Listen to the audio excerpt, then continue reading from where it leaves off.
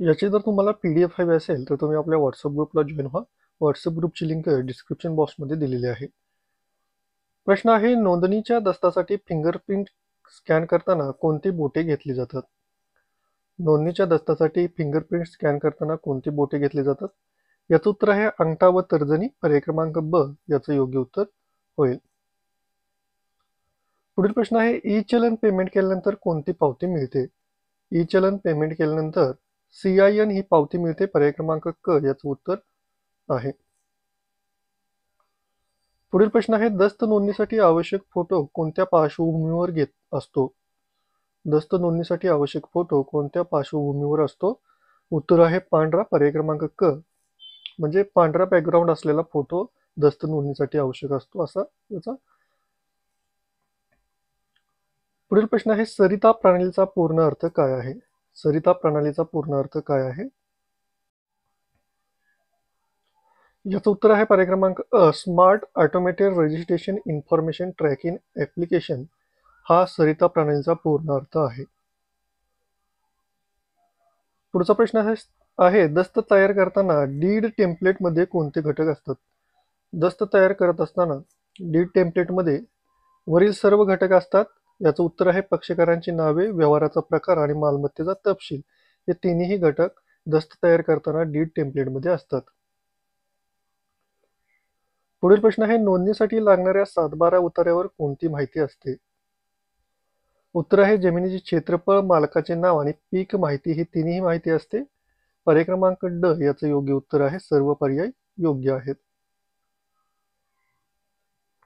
पुढील प्रश्न आहे, चलन तयार करताना चुकीचा विभाग निवडल्यास काय होते? चलन अमान्य होते. पर्याय क्रमांक ब याचं उत्तर आहे. पुन्हा नव्याने चलन काढावे लागते. पुढील प्रश्न आहे, नोटरी दस्त नोंदणीसाठी आवश्यक आहे का? उत्तर आहे नाही. पर्याय क्रमांक क याचं उत्तर आहे. पुढचा प्रश्न आहे, नोंदणी झाल्यानंतर दस्तावर कोणती छपाई केली जाते? नोंदणी झाल्यानंतर दस्तावर रजिस्ट्रेशन क्रमांक, साक्षीदारांची नावे आणि QR कोड हे तिन्ही छपाई केली जाते. पर्याय क्रमांक ड याचं योग्य उत्तर आहे. वरील सर्व पर्याय बरोबर आहेत. पुढील प्रश्न आहे, नोंदणी व्यवहारातील फेअर व्हॅल्यू म्हणजे काय? उत्तर आहे सरकारने ठरवलेले किमान मूल्य. पर्याय क्रमांक अ याचं उत्तर आहे. पुढील प्रश्न आहे, डिजिटल दस्तावर इलेक्ट्रॉनिक स्वाक्षरी कशासाठी असते? डिजिटल दस्तावर इलेक्ट्रॉनिक स्वाक्षरी ही दस्त अधिकृत सिद्ध करण्यासाठी असते. पर्याय क्रमांक ब याचं उत्तर आहे. पुढील प्रश्न आहे, व्ह्यू डॉक्युमेंट पर्याय सरिता प्रणालीमध्ये कधी वापरला जातो? उत्तर आहे दस्त तपासण्यासाठी. पर्याय क्रमांक ब याचं उत्तर आहे.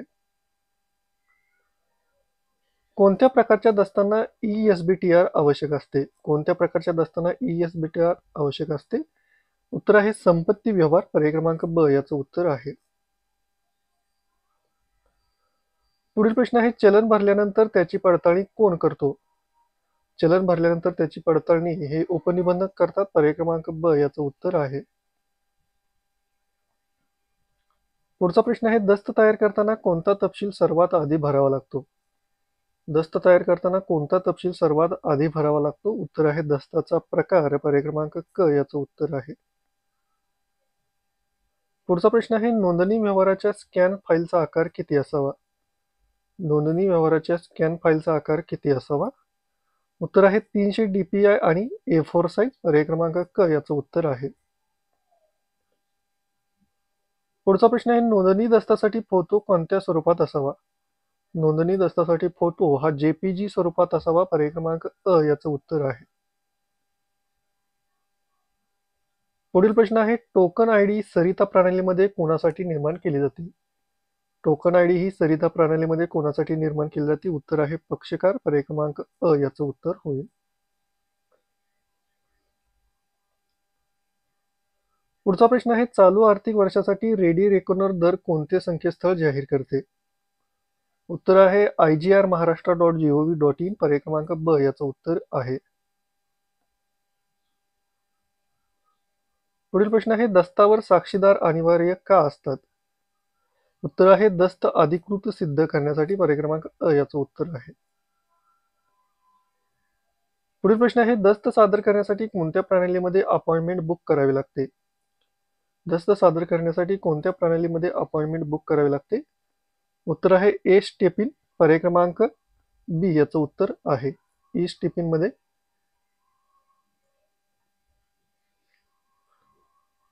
पुढील प्रश्न आहे, दस्त नोंदणीत वापरण्यात येणारी अधिकृत छपाई प्रणाली कोणती आहे?